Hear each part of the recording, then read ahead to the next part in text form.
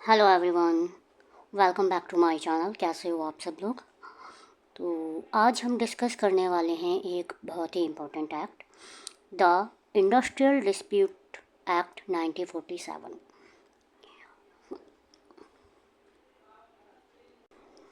ये पीपीटी मैंने खुद क्रिएट की है, ठीक है। और इसमें मैंने बेयर एक्ट से ही पीपीटी बनाई है। अगर आप बेयर एक्ट पढ़ते हो या फिर ये पीपीटी पढ़ते हो तो दोनों की इम्पोर्टेंस इक्वल ही है। इसमें मैंने कोई भी पॉइंट नहीं छोड़ा है। इसमें एक मैंने एक्स्ट्रा चीज़ ऐड की है, एक्स्ट्रा इन्फॉर्मेशन ऐड की है। वो होते हैं आपके केस लॉ, ठीक है। इसमें इस पीपीटी में अप्रॉक्स 25 से 30 केस लॉ हैं। हर सेक्शन के साथ मैंने कोशिश करी है कि वो सेक्शन क्यों आया, तो केस लॉ मैंने उसमें ऐड किया है। केस लॉ भी मैं आपको समझाऊंगी, क्योंकि केस लॉ से क्या होता है कि जो हमारा बेस होता है ना वो स्ट्रॉन्ग हो जाता है और एक्ट भी अच्छे से प्रिपेयर हो जाता है। आपको केस लॉ के थ्रू ये होता है कि हमें उसके पीछे की कहानी पता होती है कि ये वाला सेक्शन क्यों आया क्यों नहीं आया। तो इसलिए मैंने ये पीपीटी प्रिपेयर करी। ये पीपीटी प्रिपेयर करने में ही मुझे तकरीबन 1 वीक लगा है। तो आप सोचो मेरे कितने एफर्ट होंगे 1 वीक में एक पीपीटी प्रिपेयर करना। और ये टोटल 101 पेजेस की पीपीटी है। अगर एंड एक गारंटी मैं देती हूँ, अगर आपका सपोर्ट रहा तो मैं ये पूरा करवाऊँगी। और ये मेरी गारंटी है कि इस लेक्चर के बाद आपका आईडी एक्ट में तो एक भी क्वेश्चन गलत नहीं होगा। ओवरऑल जैसे एपीएफसी का एग्ज़ाम आ रहा है, ईपीएफओ का एग्ज़ाम आ रहा है 30 नवंबर को, उसके लिए ये बहुत इम्पोर्टेंट है। बच्चों को मेनली प्रॉब्लम होती है आईडी एक्ट में। उसमें इतने प्रोविज़न है, इतनी चीज़ें हैं। और यूट्यूब पे complete ID act rare to rare ही किसी ने करवाया भी होगा तो बहुत सारी चीज़ें मिस करवाई होंगी। ये लेक्चर देखने से पहले मैं आपको इस पीपीटी का कंटेंट दिखा देती हूँ। अगर आपको कंटेंट अच्छा लगता है तभी इस चैनल पे रुकना और सब्सक्राइब करना, नहीं तो आप जा सकते हो। अपना टाइम वेस्ट मत करना, ठीक है। आप पहले ये पीपीटी देख लो।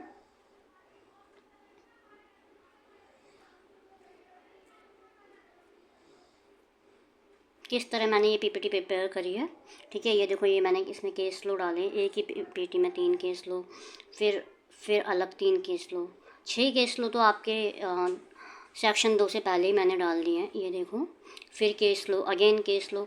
तो मेरा यही होगा, ट्रिक भी डाली है कि कैसे आप कर सकते हो। मेरा यही होगा कि मैं आपको अच्छे से क्लियर कर सकूं कि किस केस लो में क्या है, कौन सा सेक्शन कैसे आया। और अगर आप ये पीडीएफ बाय करना चाहते हो तो आप मुझे टेलीग्राम पर मैसेज कर सकते हो, पीडीएफ आप बाय कर लेना, ठीक है। एंड ये देखो, ये पूरी पीपीटी मैंने ऐसे प्रिपेयर की है, तो इससे ईजी भी हो जाएगा आपका आईडी एक्ट, ठीक है। अब पूरी मैं दिखाऊंगी तो बहुत ज़्यादा पेजेस हैं इसमें। तो अब हम अपना लेक्चर स्टार्ट करते हैं। देखो, द इंडस्ट्रियल डिस्प्यूट एक्ट, ये एक्ट पूरे इंडिया पर एप्लीकेबल होता है, ठीक है। ये कब आया था, ये पूरे इंडिया पर एप्लीकेबल होता है और ये एनफोर्स कब हुआ था, 1 डे ऑफ अप्रैल 1947, ठीक है। अब मैं आपको बताती हूँ, एक्चुअली इससे पहले ना एक लॉ और था, ट्रेड डिस्प्यूट एक्ट 1929। तो आप ये कह सकते हो कि इसने ट्रेड डिस्प्यूट एक्ट 1929 को रिप्लेस किया है, ठीक है। और वो ट्रेड डिस्प्यूट एक्ट क्या था, एक्चुअली क्या था ना कि उस एक्ट में कुछ रिस्ट्रिक्शन दिए गए थे कि स्ट्राइक और लॉकआउट के लिए, लेकिन डिस्प्यूट सॉल्व करने का कोई प्रॉपर सिस्टम था ही नहीं उसमें। उसमें स्ट्राइक और लॉकआउट के प्रोविजंस तो थे, लेकिन जैसे डिस्प्यूट हो जाता था ना तो वो सॉल्व करने का कोई प्रोविज़न नहीं था। तो इसी की कमियों को दूर करने के लिए, इसी प्रॉब्लम को दूर करने के लिए ट्रेड डिस्प्यूट एक्ट ने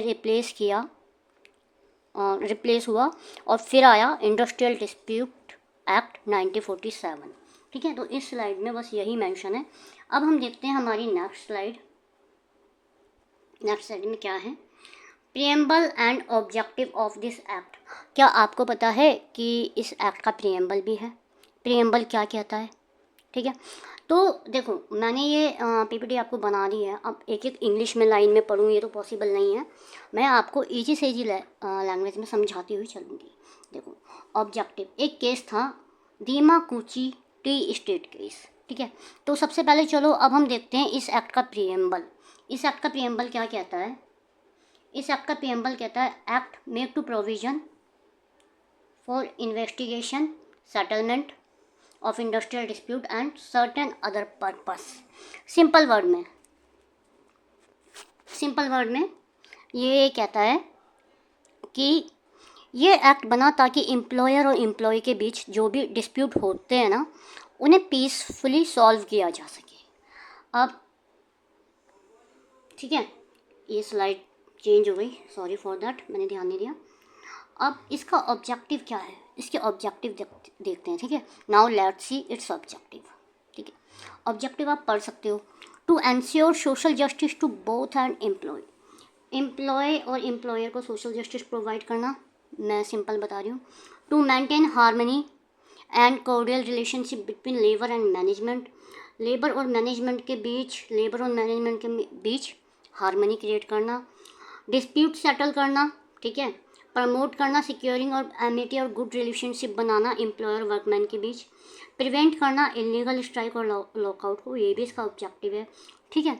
और प्रोटेक्ट करना worker from victimisation by employer. इसका मतलब है कि जैसे एम्प्लॉयर होते थे ना, बहुत शोषण करते थे अपने एम्प्लॉयज़ का, तो उनको प्रोटेक्ट करना।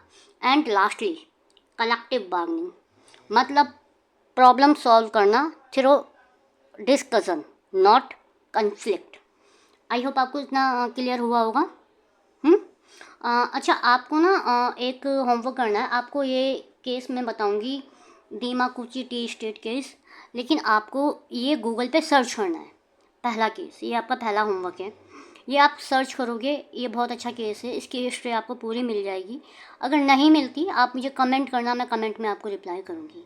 बाकी जो अदर केस हैं वो मैं आपको समझाती हुई चलती हूँ, या अगर आप कहो तो मैं समझाऊँ फिर दीमाकुची वाला केस। एक मिनट, इसमें कुछ प्रॉब्लम हो रही है, एक सेकेंड। चलो मैं ये केस आपको बता ही देती हूँ, नहीं तो कुछ बच्चे बोलेंगे कि मैम को ही नहीं पता होगा। एक डॉक्टर थे केपी बैनर्जी, ठीक है। केपी बैनर्जी को दीमाकुची टी स्टेट में एज ए सहायक चिकित्सा अधिकारी, ठीक है, जैसे मेडिकल प्रैक्टिशनर होते हैं ना, उनके असिस्टेंट के रूप में 3 महीने के लिए प्रोबेशन पर अपॉइंट किया था। एंड प्रोबेशन उनका फिनिश हो गया, उसके बाद भी उन्हें बिना किसी गलती के, या उनका प्रोबेशन फिनिश हो गया था, उनको वहाँ से हटा दिया गया। लेकिन हालांकि उनको 1 महीने का सैलरी भी दिया था, नोटिस भी दिया था, पर डॉक्टर बैनर्जी ने क्या करा, इसके अगेंस्ट उनको तो कोई आपत्ति थी नहीं, उन्होंने क्या करा, स्टेट छोड़ दिया। इसके बावजूद जो वहाँ के कर्मचारी थे ना, असम के कर्मचारियों ने और वहाँ के एक कर्मचारी यूनियन ने, मतलब एम्प्लॉय लेबर यूनियन ने इस मामले को उठा दिया और स्टेट गवर्नमेंट को ये बन गया, ठीक है। तो इसमें ये था, इस केस का मेन क्वेश्चन पता है क्या था? इस मेन क्वेश्चन ऐसा था, ऐसा व्यक्ति जो वर्कमैन की श्रेणी में आता ही नहीं, क्या वो इंडस्ट्रियल डिस्प्यूट माना जाएगा? ठीक है, तो इसकी डेफिनेशन दी गई थी सेक्शन 2K में, ठीक है, जिसमें ये कहा गया था, सुप्रीम कोर्ट ने ये कहा था कि कोई भी व्यक्ति वर्कमैन तक सीमित नहीं है, ठीक है। हालांकि ये भी कंपल्सरी है, ये भी ज़रूरी है कि विवाद जो डिस्प्यूट है ना, वो रियल हो और इम्पोर्टेंट हो, ठीक है। और इसमें किसी कामकाजी, मतलब किसी भी जैसे यूनियन हो गई या NGO हो गई, उनकी कोई पर्टिकुलर मतलब इंटरेस्ट ना हो, उनका खुद का अपना मोटिव ना हो। और सुप्रीम कोर्ट ने ये भी कहा कि डॉक्टर बैनर्जी की जो अपॉइंटमेंट हुई थी ना, और जो एम्प्लॉयमेंट था, वो अदर वर्कर्स थे उनसे अलग था, ठीक है। तो ये केस हुआ था, मतलब, और इसका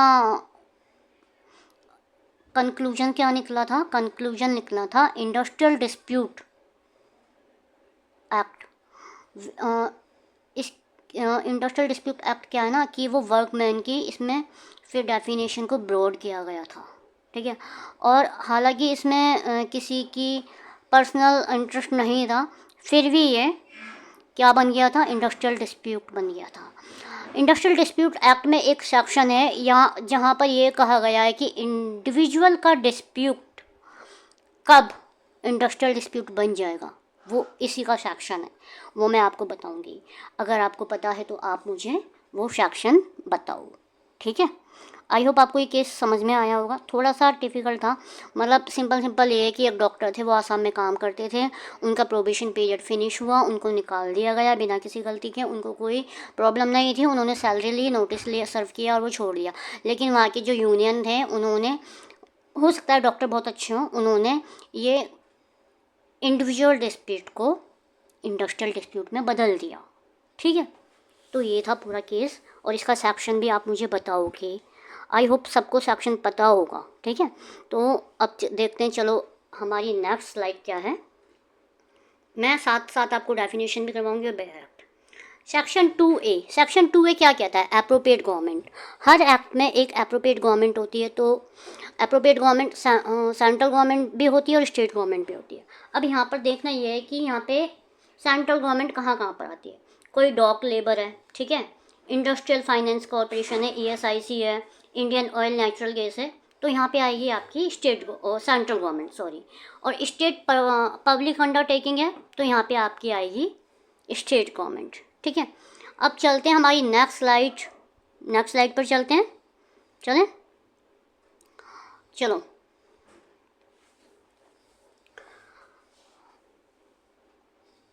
यहाँ से हमारी स्टार्ट होंगी नेक्स्ट स्लाइड से, देखते हैं क्या स्टार्ट होता है, हमारी डेफिनेशंस, इंपॉर्टेंट डेफिनेशंस, ठीक है। अब आते हैं हमारी कुछ इंपॉर्टेंट डेफिनेशन है जो एग्ज़ाम के पॉइंट ऑफ व्यू से बहुत इंपॉर्टेंट है, ठीक है। जैसे आपका हो गया अवार्ड, ठीक है, अवार्ड हो गया, कंट्रोल्ड इंडस्ट्री हो गया, एम्प्लॉयर इंडस्ट्री, ये सब आपकी इंपॉर्टेंट डेफिनेशन में आती है। अवार्ड क्या होता है, अवार्ड होता है means and final interim decision, मतलब जो फाइनल डिसीजन आता है ना किसी भी लेबर कोर्ट से, इंडस्ट्रियल ट्रिब्यूनल से, नेशनल ट्रिब्यूनल से, आर्बिट्रेशन से, अंडर सेक्शन 10 है, वो अवार्ड कहलाता है। अवार्ड मतलब कोई इनाम नहीं, अवार्ड मतलब यहाँ पर है कि आपका जो डिस्प्यूट है उस केस का फाइनल डिसीजन आ चुका है, तो वो कहलाएगा आपका अवार्ड, ठीक है। कंट्रोल इंडस्ट्री क्या कहलाती है, कंट्रोल इंडस्ट्री, देखो कंट्रोल्ड इंडस्ट्री क्या होती है, ये आपका आता है सेक्शन 2EE में। इसका मतलब होता है ऐसी इंडस्ट्री जो जिसका कंट्रोल यूनियन के पास होता है। मतलब एक सिंपल लैंग्वेज में समझाती हूँ, कंट्रोल इंडस्ट्री का मतलब है अगर पार्लियामेंट ने डिक्लेयर कर दिया है कि कोई इंडस्ट्री देश के लिए बहुत इम्पोर्टेंट है और उसका कंट्रोल सेंटर के पास होना चाहिए, तो उसे कहते हैं कंट्रोल्ड इंडस्ट्री। एग्जांपल देती हूँ, ये इंडस्ट्री ज़्यादातर वो इंडस्ट्री होती है जो नेशनल इम्पोर्टेंस रखती हैं, जैसे iron steel industry, coal industry, oil industry, electricity industry, telecommunication industry, ठीक है। आई होप ये आपको अवार्ड और कंट्रोल इंडस्ट्री की डेफिनेशन क्लियर होगी, ठीक है। अब देखते हैं एम्प्लॉयर की डेफिनेशन आती है अंडर सेक्शन 2G में, ठीक है। अगर देखो सिंपल है, अगर आपकी सेंट्रल गवर्नमेंट है तो वहाँ पे एम्प्लॉयर कौन होगा, तो वहाँ पे होगा हेड ऑफ डिपार्टमेंट, और लोकल अथॉरिटी है तो वहाँ पे होगा CEO, chief executive officer. I hope आपको अवार्ड, कंट्रोल, एम्प्लॉयर ये सब क्लियर होंगे, तीनों डेफिनेशन मैं बहुत डीप में करवा रही हूँ, ठीक है। तो ध्यान से सुनना और कोई डाउट हो तो मुझे बताना। अब आते हैं हमारा next section, industry, section 2G। Industry का मीनिंग क्या है, इंडस्ट्री का मीनिंग देखें, चलो इंडस्ट्री का मीनिंग मैं आपको बताती हूँ। इसमें मेंशन किया हुआ है,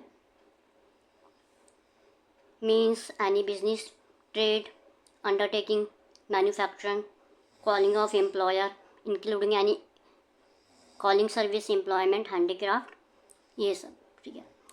अब मैं आपको सिंपल बताती हूँ, कोई भी इंडस्ट्री का मतलब क्या है, इंडस्ट्री का मतलब है कोई भी सिस्टमेटिक एक्टिविटी जो एम्प्लॉयर और वर्कमैन के कोऑपरेशन से चलती है और जिसका पर्पस होता है गुड या सर्विस का प्रोडक्शन, सप्लाई, डिस्ट्रीब्यूशन करना, ठीक है, एम्प्लॉयमेंट देना और ताकि ह्यूमन वांट पूरी हो सके।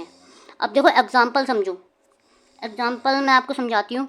जैसे आपका हो गया hospital, school, municipal corporation, telecommunication, manufacturing unit, सब इंडस्ट्री के ही तो एग्जांपल हैं, क्योंकि यहाँ एम्प्लॉयर और एम्प्लॉय मिलकर सिस्टमेटिक एक्टिविटी चला रहे होते हैं। ठीक है, ठीक है। लेकिन अब जैसे देखो, लेकिन जैसे जुडिशरी हो गई, लेजिस्लेचर हो गए, आर्मी हो गए, ये सब तो इंडस्ट्री नहीं मानी जाती ना। ठीक है, चलो आई होप आपका ये चारों डेफिनेशन क्लियर होंगी। अब देखते हैं हमारी नेक्स्ट स्लाइड। नेक्स्ट स्लाइड में क्या है, इंडस्ट्रियल डिस्प्यूट। इंडस्ट्रियल डिस्प्यूट क्या होता है? Industrial dispute mean dispute or difference between employer and employer, between employer and workman, between workman and workman, which is connected with the employment or non-employment of the term of employment or with condition labor of any person. अब इसे simple language में समझाती हूँ आपको, ये थोड़ा सा आप बड़ा कर लो। ठीक है, इंडस्ट्रियल डिस्प्यूट का मतलब है डिस्प्यूट हो गया, किस किस में हो गया? ई एम्प्लॉयर और एम्प्लॉयर में, एम्प्लॉयर और वर्कमैन में, वर्कमैन और वर्कमैन में। ठीक है, इनमें कोई डिस्प्यूट हो गया जो कनेक्टेड है एम्प्लॉयमेंट से। ठीक है, एम्प्लॉयमेंट से कनेक्टेड है, नॉन एम्प्लॉयमेंट से कनेक्टेड है और टर्म ऑफ एम्प्लॉयमेंट से कनेक्टेड है। ठीक है, with the condition of labour of any person. ठीक है, अब देखो सिंपल, इससे और सिंपल बताती हूँ। इंडस्ट्रियल डिस्प्यूट का मतलब है अगर नौकरी से निकालना, काम का शर्त या काम की कंडीशन के संबंध में एम्प्लॉयर और वर्कमैन के बीच, वर्कमैन के आपस में या एम्प्लॉयर के आपस में कोई डिसएग्रीमेंट या लड़ाई हो जाती है तो उसे बोलते हैं इंडस्ट्रियल डिस्प्यूट। ठीक है, अब देखो इसमें इंपॉर्टेंट पॉइंट बताती हूँ मैं।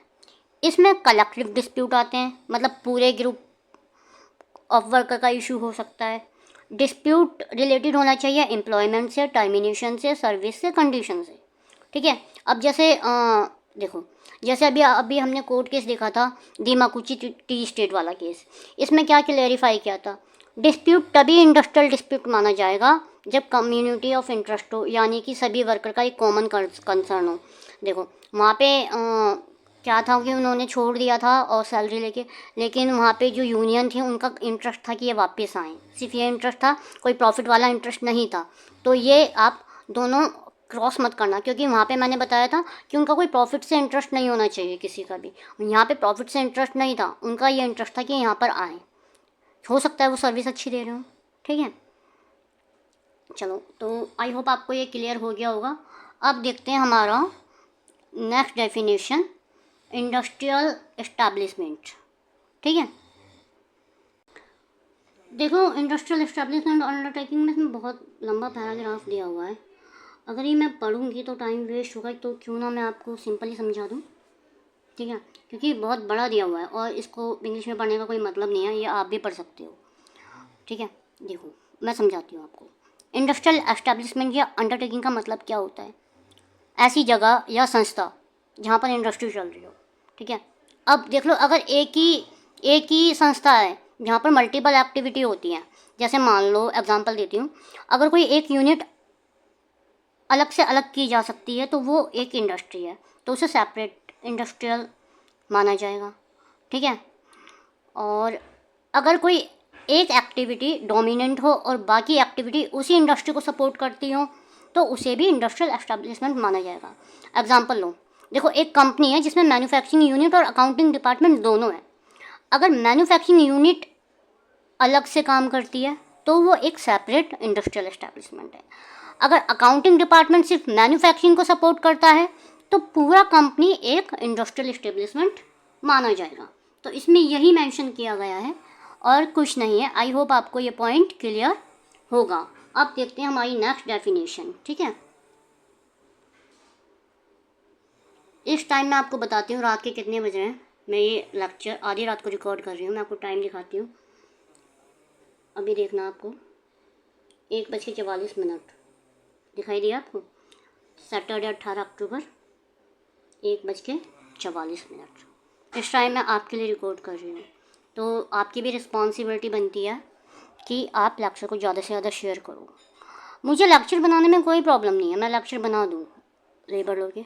प्रॉब्लम पता है क्या है, आप लोग देखते हो, बिना सब्सक्राइब करे हो चले जाते हो, कमेंट्स नहीं करते, डाउट नहीं पूछते, लाइक नहीं करते, तो फिर वो अंदर से ना मन नहीं करता बनाने का। इसलिए मैं लेक्चर फिर ज़्यादा अब नहीं लाती। चलो ये तो हुआ लास्ट पार्ट। अब देखते हैं हमारा नेक्स्ट स्लाइड पे क्या मेंशन है। वाओ, अब हमारे आ गए केस लो। तो चलो अब बढ़ते हैं हमारे एक एक केस लो की तरफ। केस लो मैं आपको समझाती हूँ, ठीक है? करें स्टार्ट। केस लो, फर्स्ट केस लो, Standard Vacuum Refining Company of India versus their workman.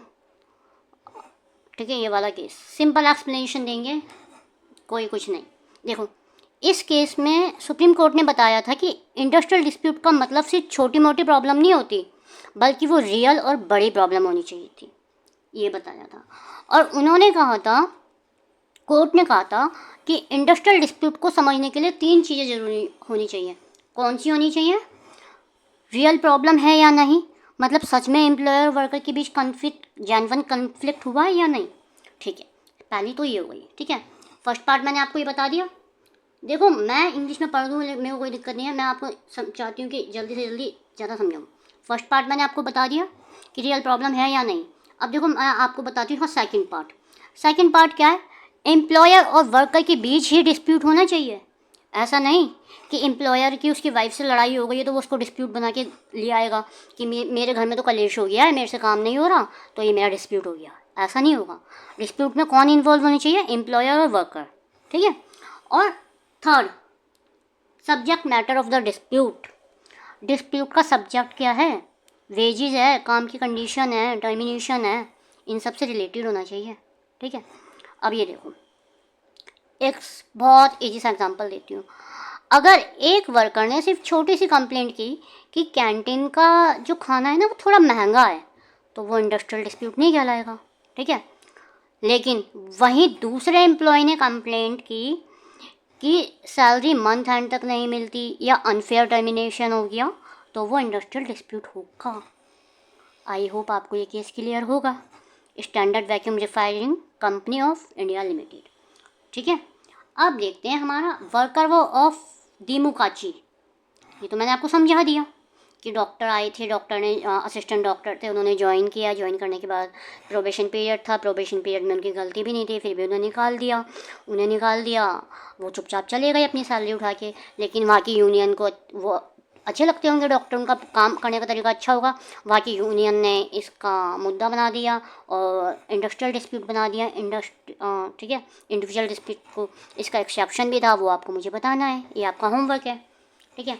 अब देखते हैं हमारा कौन सा केस आ गया। Worker union versus industrial tribunal. देखो, अब इसकी भी सिंपल ही बताती हूँ ना। इसमें जो था ना, चलो पढ़ लो, पढ़ना है तो। टर्म नॉन एम्प्लॉयमेंट के बारे में बताया गया है, सेक्शन 2K का बताया है। चलो अब मैं आपको सिंपल बताती हूँ। इस केस में क्वेश्चन था नॉन एम्प्लॉयमेंट का मतलब क्या है। अभी हमने जब पढ़ा था तो मैंने बताया था ना कि डिस्प्यूट होना चाहिए एम्प्लॉयर वर्कमैन के बीच, वर्कमैन के बीच। तो मैंने ये भी बोला था कि नॉन एम्प्लॉयमेंट भी कंडीशन होनी चाहिए। तो अब मैं यही बताऊंगी कि नॉन एम्प्लॉयमेंट क्या था, और यही इसी केस में बताया गया था। चलें आगे। चलो सिंपल एग्जाम्पल से बताऊँ? ठीक है, चलो बताते हैं। इस केस में क्वेश्चन था कि नॉन एम्प्लॉयमेंट का मतलब क्या होता है। कोर्ट ने कहा कि इसको वर्कमैन की डेफिनेशन के साथ समझते हैं। ठीक है। और समझो, और वही जो डिस्प्यूट ट्रिब्यूनल में भेजा जा सकता है ना, जिसमें एम्प्लॉय का डायरेक्ट इंटरेस्ट हो। नहीं आया समझ में? अरे चलो एग्जांपल देती हूँ। चलो देखो, अगर एक फैक्ट्री में कोई डिस्प्यूट है और एम्प्लॉय को डायरेक्टली प्रॉब्लम हो रही है, जैसे सैलरी नहीं मिल रही, टर्मिनेशन नहीं मिल रही, तो ट्रिब्यूनल में भेजना सही है।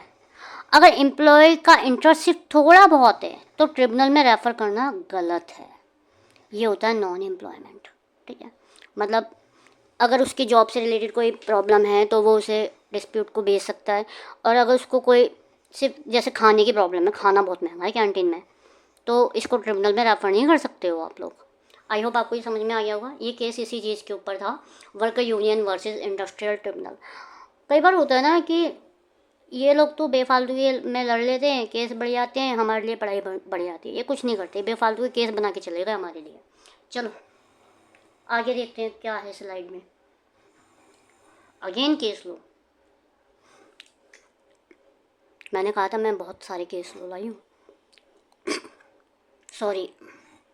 अब देखते हैं हमारा ये वाला case low, workman of Meenakshi mills versus Meenakshi mills limited. ठीक है, चलो हम तो आदत से मजबूर हैं, इंग्लिश में तो पढ़ेंगे नहीं, हिंदी में ही समझाती हूँ। इस केस में क्या कहा गया था, सेक्शन 2 के में इंडस्ट्रियल डिस्प्यूट डिफाइन किया गया था इस केस के अकॉर्डिंग। ठीक है, इस केस में सुप्रीम कोर्ट ने क्लैरिफाई किया था कि जो इंडस्ट्रियल डिस्प्यूट है वो एम्प्लॉयर वर्कमैन के बीच का कॉन्फ्लिक्ट हो सकता है, वो एम्प्लॉयड या नॉन एम्प्लॉयमेंट दोनों से रिलेटेड हो सकता है। सेक्शन 10 के थ्रू गवर्नमेंट को पावर है कि इंडस्ट्रियल ट्रिब्यूनल को, वो इंडस्ट्रियल डिस्प्यूट को, मैं ट्रिब्यूनल बोल रही हूँ सॉरी, सेक्शन 10 के अकॉर्डिंग गवर्नमेंट को पावर है कि इंडस्ट्रियल डिस्प्यूट को ट्रिब्यूनल में रेफर कर सकती है। ठीक है, और इसका मैं आपको एक बहुत ईजी सा एग्जांपल देती हूँ। चलो देखो, अगर फैक्ट्री में किसी वर्कर को अनफेयरली टर्मिनेट किया गया, ठीक है, और नए एम्प्लॉय को अनफेयर टर्म्स पर हायर किया गया और इससे बाकी जो एम्प्लॉय हैं उनका काम और सैलरी पर इम्पैक्ट हो रहा है, तो ये इंडस्ट्रियल डिस्प्यूट है। यही इस केस में था, वर्कमैन मीनाक्षी मिल इसमें था। ठीक है, आई होप आपको समझ में आया होगा। ये केस हाईलाइट करता है कि इंडस्ट्रियल डिस्प्यूट का स्कोप सिर्फ सैलरी या वर्किंग कंडीशन तक लिमिटेड नहीं है, ये नॉन एम्प्लॉयमेंट इशू में भी आ सकता है। ठीक है, अब देखो अनफेयर तरीके से हायर कर लिया, ठीक है, हायर कर लिया, लेकिन प्रॉब्लम तो दूसरों को हो रही थी ना, उनका तो एम्प्लॉयमेंट नहीं था ना, तो नॉन एम्प्लॉयमेंट हो गया। ठीक है, अब देखो अब जैसे एग्जाम में क्वेश्चन आ सकता है, क्या नॉन एम्प्लॉयमेंट इशू भी इंडस्ट्रियल डिस्प्यूट बन सकता है? तो इसका आंसर हाँ, यस बन सकता है, क्योंकि इसका एग्जांपल है मीनाक्षी मिल्स केस के हिसाब से। ठीक है, आई होप आपको ये क्लियर हो गया होगा। चलो अब फिर case low. Oh my God, कितने सारे केस लो पढ़ा रही हूँ मैं आपको, इतने तो कोई पेड में भी नहीं पढ़ाता। चलो अब देखते हैं हमारा नेक्स्ट केस लो,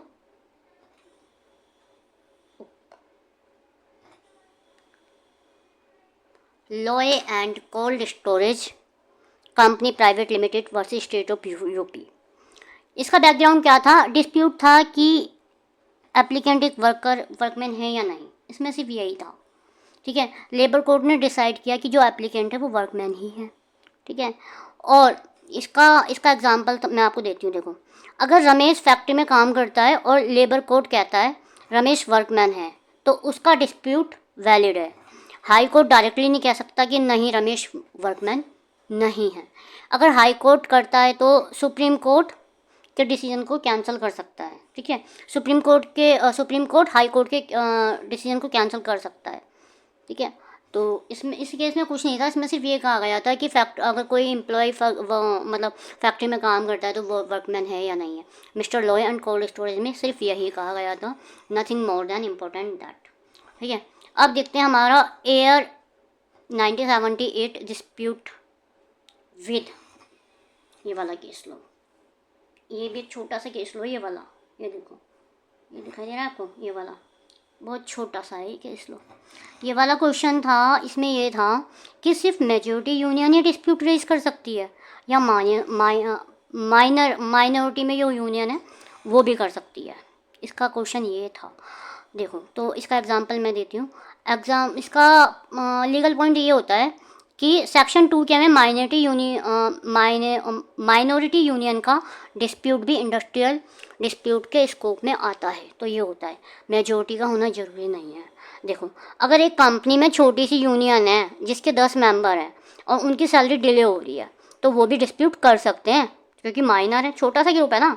तो ये वाला केस था ना, ये एयर 1978 SC 828। इसमें ये प्रिंसिपल था कि छोटे ग्रुप भी अपने हक के लिए लड़ सकते हैं। ठीक है, अब देखते हैं हमारा ये वाला case, newspaper limited versus UP state industrial tribunal. अब देखते हैं ये वाला केस। इसमें क्वेश्चन ये था, क्या सिर्फ एक वर्कर की कंप्लेंट भी इंडस्ट्रियल डिस्प्यूट बन सकती है? डेफिनेटली बन सकती है। देखो, अगर 50 वर्कर कलेक्टिवली कंप्लेंट करते हैं तो इंडस्ट्रियल डिस्प्यूट बन जाता है। इसका एग्जांपल मैं आपको दूं। देखो, जो एग्जांपल दे रही हूँ थोड़ा अजीब सा है, उसको गलत पॉइंट ऑफ व्यू में मत लेना। मुझे ये समझाने के लिए आपको एग्जांपल देना होगा। अगर किसी को बुरा लगे तो उसके लिए मैं पहले ही सॉरी बोल रही हूँ। बहुत पहले ना टीवी पे एक ऐड आती थी, एक कंपनी थी, तो वहाँ पे बॉस आता है, सुबह एक एम्प्लॉय आता है, कहता है जी मैं रिजाइन दे रहा हूँ। फिर दूसरा आता है, फिर तीसरा आता है, फिर चौथा आता है, फिर पांचवा आता है, ऐसे करके तकरीबन 50 लोग आ जाते हैं वहाँ पे, हम रिजाइन दे रहे हैं। बॉस पागल, ये हो क्या रहा है कंपनी में, क्यों रिजाइन कर रहे हो? तो एक कहता है, वो सबको बुलाता है, मीटिंग करता है कि आप लोग सब एक साथ ही कंपनी छोड़ के क्यों जा रहे हो? तो एक कहता है, सर मुझे यहाँ की दीवार का रंग पसंद नहीं है। दूसरा कहता है, मुझे यहाँ के पंखे पसंद नहीं है। तीसरा कहता है, मुझे यहाँ का ये पसंद नहीं है। चौथा कहता है, मुझे यहाँ का ये पसंद नहीं है। ठीक है, फिर उसके बाद क्या होता है,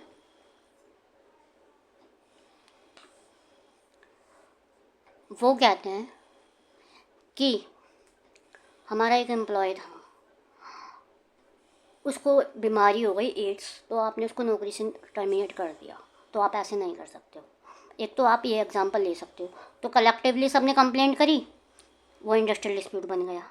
दूसरा, एक एग्जांपल लो, अगर एक वर्कर कंप्लेंट करता है कि उसकी सैलरी नहीं मिली, तो ये इंडस्ट्रियल डिस्प्यूट नहीं है। हो सकता है सैलरी किसी रीजन से ना दी हो या उसने कुछ किया हो, तो ये इंडस्ट्रियल डिस्प्यूट नहीं है, ये इंडिविजुअल डिस्प्यूट है। तो मैं आपको बहुत डीपली समझा रही हूँ कि इंडिविजुअल डिस्प्यूट क्या होता है, इंडस्ट्रियल डिस्प्यूट क्या होता है। ठीक है, अब देखो, अब मैं आपको बताती हूँ इंडस्ट्रियल डिस्प्यूट का स्कोप क्या होता है। इसमें आते हैं employment, non employment, majority, minority. ठीक है, आई होप आपको क्लियर होगा। अब देखते हैं आगे हमारी स्लाइड में क्या है। चलो, सेक्शन 2 ट्रिपल के, ले ऑफ। इसमें भी केस लॉ है। ले ऑफ क्या होता है? अगर किसी को पता है तो कमेंट कर दो, नहीं तो मैं बता ही दूँगी। चलो मैं बताती हूँ। ले ऑफ का मीनिंग है जब एम्प्लॉयर कुछ वजह से, जैसे शॉर्टेज हो गया रॉ मटेरियल, ठीक है, मशीन ख़राब हो गई या कोई नेचुरल कैलेमिटी आ गई, अपने वर्कर को टेम्परेरी काम नहीं दे पा रहा। ठीक है, तो उस पीरियड के टाइम पे उनकी नौकरी ख़त्म नहीं होती, बस उनका काम टेम्परेरी के लिए रुक जाता है। अब मुझे ये बताओ कि ले ऑफ कितने दिन तक हो सकता है? ले ऑफ हो सकता है आपका बच्चा 45 डेज तक ले ऑफ हो सकता है। इसके बाद वो ले ऑफ नहीं माना जाएगा। ठीक है, और कुछ बताऊं कंडीशन आपको ले ऑफ की? देखो, मैंने बताया मशीन ख़राब हो गई, शॉर्टेज है पावर की, कोयल की, रॉ मटेरियल की, नेचुरल कैलेमिटी, ये ले ऑफ होगा, टेम्परेरी होगा। इसमें एक चीज़ नोट करना, हर एम्प्लॉयर जिसका नाम मस्टर रोल क्या हो गया, हर एम्प्लॉयर एवरी वर्कमैन जिसका नाम मस्टर रोल में है। मस्टर रोल होता है कि एक रजिस्टर बनता है। ठीक है, ये मस्टर रोल मैं भी बनाती थी अपनी ऑर्गेनाइजेशन में, मैन्युफैक्चरिंग इंडस्ट्री में थी मैं। तो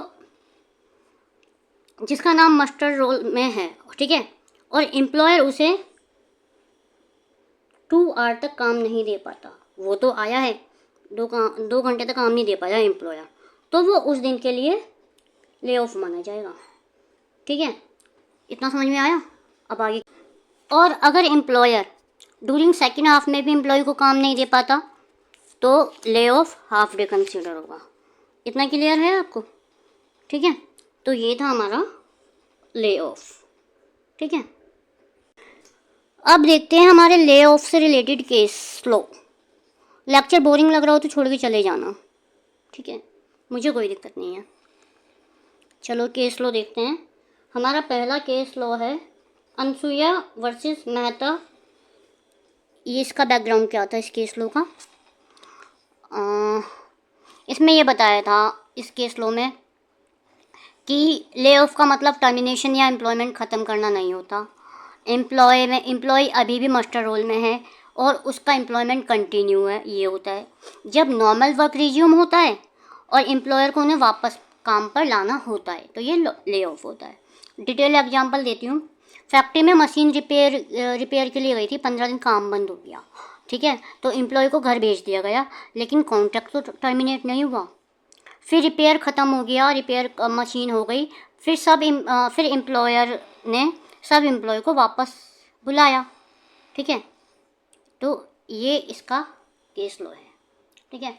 तो इसमें यही मेंशन किया गया हुआ है, it is clear that lay off does not terminate or bring to end to the contract of employment. यही मैंने बताया कि कॉन्ट्रैक्ट तो टर्मिनेट नहीं हुआ, एम्प्लॉय ने कंटिन्यू काम किया, यही मैंने बताया ना।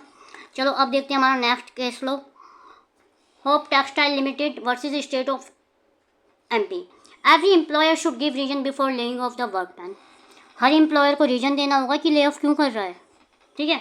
इसमें सिर्फ फाइनेंशियल क्राइसिस या power disconnection due to government delay reason के लिए सफिशिएंट नहीं है। ले ऑफ टेम्परेरी होना चाहिए, ईयर्स तक नहीं होना चाहिए। मैंने भी क्या बताया था, ले ऑफ कितने दिन का होता है? 45 डेज़ तक का। 45 डेज़ के बाद वो किस में बदल जाता है, ये आपको मुझे कमेंट करना है, ठीक है। और जो मेरे पेड ग्रुप वाले बच्चे हैं, उनसे तो मैं एक्सपेक्ट ही करूँगी कि सारे क्वेश्चंस के आंसर्स दें, क्योंकि मैंने पहले लेबर लॉ के प्रोविज़न उन्हें पढ़ाए हुए हैं। तो इसमें हर पेड स्टूडेंट का रिप्लाई आना चाहिए, इट्स अ मैंडेटरी। अगर इस लेक्चर में पेड स्टूडेंट के रिप्लाई नहीं हुए ना, तो इसका सेकंड पार्ट मैं नहीं लाऊंगी, आई एम श्योर, ठीक है। और आपको पता है जो मैं कहती हूँ वो मैं करती ज़रूर हूँ। चलो अब देखते हैं नेक्स्ट स्लाइड पे क्या मेंशन है। लॉकआउट। लॉकआउट क्या होता है? किसी को पता है लॉकआउट क्या होता है? लॉकआउट पता है तो भाई बता दो, क्योंकि मेरी थोड़ी सी नॉलेज कम है, लेबर लॉ थोड़ा थोड़ा आता है, थोड़ा थोड़ा नहीं आता, तो किसी को पता है तो बताओ प्लीज़। लॉकआउट देखो बच्चों को ना, ले ऑफ में और लॉकआउट में बहुत ज़्यादा कन्फ्यूजन रहती है। ले ऑफ तो मैंने आपको बता दिया कि शॉर्टेज है, मटेरियल नहीं है, ये नहीं है, टेम्परेरी है। लॉकआउट का मतलब क्या होता है मैं आपको सिंपल लैंग्वेज में समझाती हूँ, ठीक है। एम्प्लॉयर क्या कर देता है, ताला लगा देता है ऑर्गेनाइजेशन को, ठीक है, उसने ताला लगा दिया। लॉकआउट का मतलब है जब एम्प्लॉयर अपने एम्प्लॉय को काम करने से रोक देता है या उन्हें काम पर नहीं आने देता कुछ टाइम के लिए। ये अक्सर कब होता है? ये अक्सर तब होता है जब एम्प्लॉयर इंडस्ट्रियल डिस्प्यूट या किसी डिसएग्रीमेंट की वजह से अपने वर्कर को टेम्परेरी बोला है मैंने, टेम्परेरी कंपनी से बाहर रखता है, ठीक है। लॉकआउट के फीचर्स क्या हैं? एम्प्लॉयर ताला लगा देता है, टेम्परेरी होता है, कुछ टाइम के लिए होता है, ठीक है। ये वर्कर्स के साइड में नहीं होता, मतलब वर्कर्स के पक्ष में नहीं होता। इसका कंट्रोल किसके पास होता है? एम्प्लॉयर के पास होता है। और लॉकआउट का मतलब ऑब्जेक्टिव क्या होता है? एम्प्लॉयर को डिमांड को माना जाना होता है, ठीक है। लॉकआउट को लीगल तरह से कंट्रोल किया जा सकता है, जैसे कि इंडस्ट्रियल डिस्प्यूट एक्ट के रूल के तहत, ठीक है। देखो इसका सिंपल मतलब है कि जब कंपनी में कुछ समय के लिए एम्प्लॉयर अपने वर्कर को काम नहीं करने देता, तो वो लॉकआउट कह देता है। किसी बात पे बहस हो गई, कोई आर्ग्यूमेंट हो गया, कोई कुछ हो गया, हड़ताल हो या कुछ बात हो गई और एम्प्लॉयर कह रहा है कि ठीक है तुम जाओ, मेरे को नहीं करवाना काम, टेम्परेरी कुछ टाइम के लिए, तो वो हो गया लॉकआउट। लॉकआउट का, ठीक है। रिट्रेचमेंट, चलो अब देखते हैं रिट्रेचमेंट क्या होता है। रिट्रेचमेंट देखें, चलो रिट्रेचमेंट देखते हैं।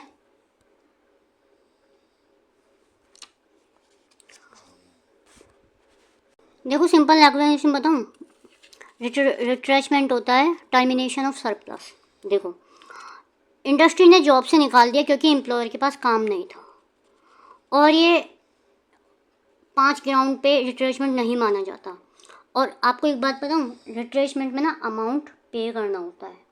रिट्रेचमेंट क्या होता है, क्योंकि किन ग्राउंड पे नहीं होता, इसकी मैंने ट्रिक बनाई है, चलो ऊपर देखते हैं, आ जाओ। VIPSN, इसकी ट्रिक है VIPSN। Very important person Sarojini Naidu, ऐसे आप याद कर लो। अगर ये 5 ग्राउंड है ना, देखो अगर ये वाले 5 ग्राउंड है VIPSN, तो वो रिट्रेचमेंट नहीं माना जाएगा। देखो वॉलेंट्री रिटायरमेंट, ये रिट्रेचमेंट नहीं माना जाएगा। टर्मिनेशन हुआ है इल हेल्थ की वजह से, तो ये रिट्रेचमेंट नहीं माना जाएगा। पनिशमेंट मिल रही है तो ये रिट्रेचमेंट नहीं माना जाएगा। रिटायरमेंट हो रहा है सुपर एन्यूशन की वजह से, तो ये रिट्रेचमेंट नहीं माना जाएगा। टर्मिनेशन हो रहा है नॉन रिन्यूअल की वजह से, ये रिट्रेचमेंट नहीं माना जाएगा। अरे क्या होता है कि इंडस्ट्री के पास काम नहीं है तो एम्प्लॉयर ने टर्मिनेशन ऑफ सरप्लस, ठीक है, इंडस्ट्री ने जॉब से निकाल दी क्योंकि एम्प्लॉयर के पास काम नहीं है, ठीक है, तो ये रिट्रेचमेंट माना जाता है। और 5 ग्राउंड कौन कौन से होते हैं जिन पे रिट्रेचमेंट नहीं माना जाता? VIPSN, ठीक है। यहाँ तक आई होप आपको क्लियर होगा। अब देखते हैं इसके केस लो देख लेते हैं, फिर केस लो भी काफ़ी हैं इसके, केस लो देख लेते हैं। केस लो के बाद मैं इसका सेकंड पार्ट लाऊंगी एज सुन एज़ पॉसिबल, क्योंकि फिर ज़्यादा लंबा हो जाता है तो फिर एडिट वगैरह करने में मुझे प्रॉब्लम हो जाती है। चलो केस लो देखें, कौन सा केस लो है इसका।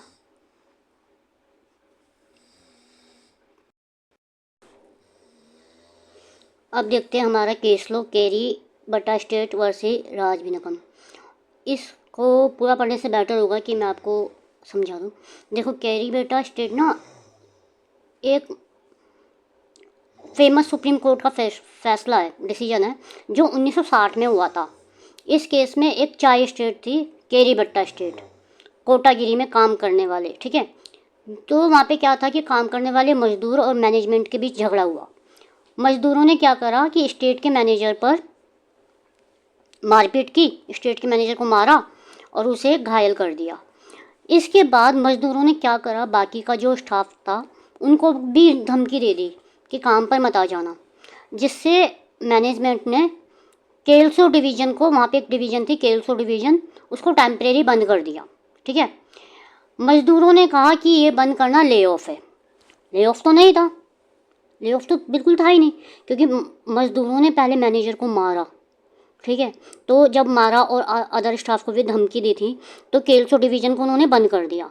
फिर उन्होंने कहा कि मजदूरों ने कहा कि ये तो ले ऑफ है, इसके लिए उन्हें कंपनसेशन मिलना चाहिए। देखो कितने बदतमीज मजदूर थे यार, पहले मारा भी मैनेजर को, है ना, फिर कह रहे हैं कि ये ले ऑफ है।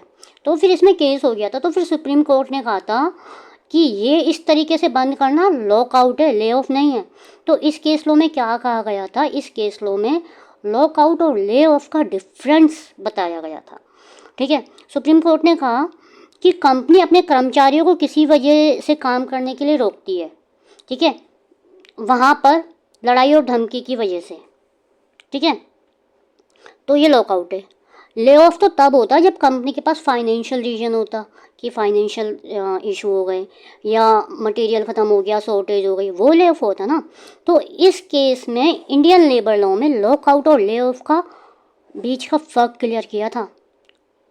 आई होप आपको ये वाला केस लो क्लियर होगा, ठीक है। चलो अब देखते हैं हमारा नेक्स्ट केस लो। मैंने बहुत अच्छे से समझाया ये वाला केस लो। चलो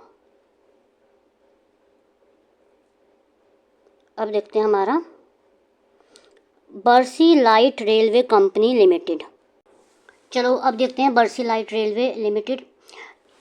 ये जो केस था Barsi light railway limited versus KN Joglekar case, ये एक इम्पोर्टेंट सुप्रीम कोर्ट जजमेंट था जो कब हुआ था, जो हुआ था 1955 में, ठीक है। इस केस में बर्सी लाइट रेलवे कंपनी थी, उसने अपने कई कर्मचारियों को काम देना बंद कर दिया, कई सारे कर्मचारियों को काम देना बंद कर दिया, मतलब रिट्रेंच कर दिया, क्योंकि कंपनी को बहुत ज़्यादा नुकसान हो रहा था। तो कर्मचारियों ने क्या करा, सेक्शन 25 इंडस्ट्रियल डिस्प्यूट एक्ट को लेके उन्होंने रिट्रेसमेंट कंपनसेशन की मांग कर ली। इसमें ना कुछ लीगल इश्यूज थे। अब आप मुझे बताओ, क्या रेलवे कंपनी को रिट्रेसमेंट कंपनसेशन देगा?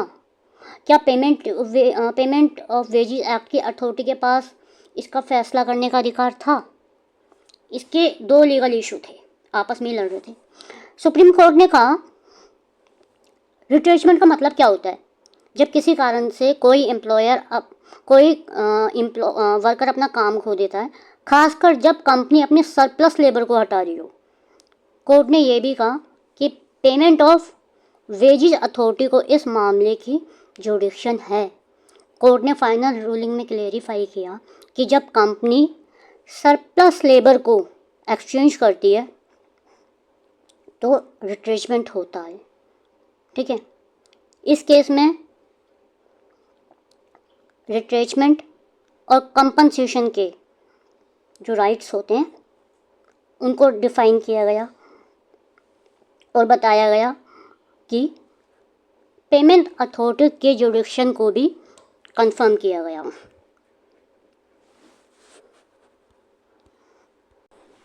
आई होप आपको समझ में आ गया होगा। अब देखते हैं संतोष गुप्ता वाला केस। ठीक है, ये वाला Santosh Gupta versus State Bank of Patiala, all India rank 1219। देखो, Santosh Gupta versus State Bank of Patiala का केस ना बहुत ही सिंपल भाषा में आपको समझाती हूँ। संतोष नाम की एक लड़की थी, वो स्टेट बैंक ऑफ पटियाला में नौकरी करती थी। ठीक है, नौकरी कर रही थी, तो नौकरी पे लग चुकी थी, नौकरी कर रही थी। फिर नौकरी के टाइम पे क्या होता है कि कहते हैं कि एक टेस्ट होगा, मतलब पेपर वर्क टेस्ट होगा, जैसे आपका स्कूल में होता था, इस टाइप का टेस्ट होगा। वो उस टेस्ट को ना पास नहीं कर पाई, तो उन्होंने क्या करा, उसको नौकरी से निकाल दिया। तो संतोष गुप्ता ने कहा कि ये रिट्रेचमेंट है, मतलब कंपनी ने बिना वजह से मुझे जॉब से निकाला है और मुझे कंपनसेशन चाहिए। तो सुप्रीम कोर्ट ने कहा अगर नौकरी टेस्ट फेल होने की वजह से गई है ना, तो उसे भी रिट्रेचमेंट माना जाएगा। इसलिए बैंक को संतोष गुप्ता को कंपनसेशन देना पड़ा। इसमें उसने कौन कौन से सेक्शन लगाए थे, सेक्शन मैं आपको बताती हूँ।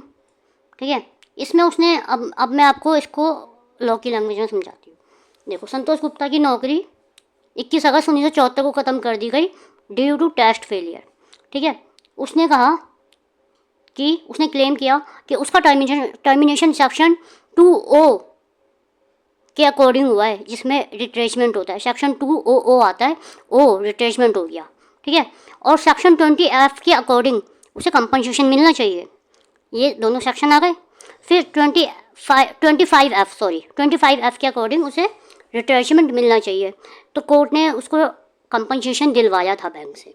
ठीक है, ये तो गलत है। और कोर्ट ने इससे पहले का एक जजमेंट भी दिया था।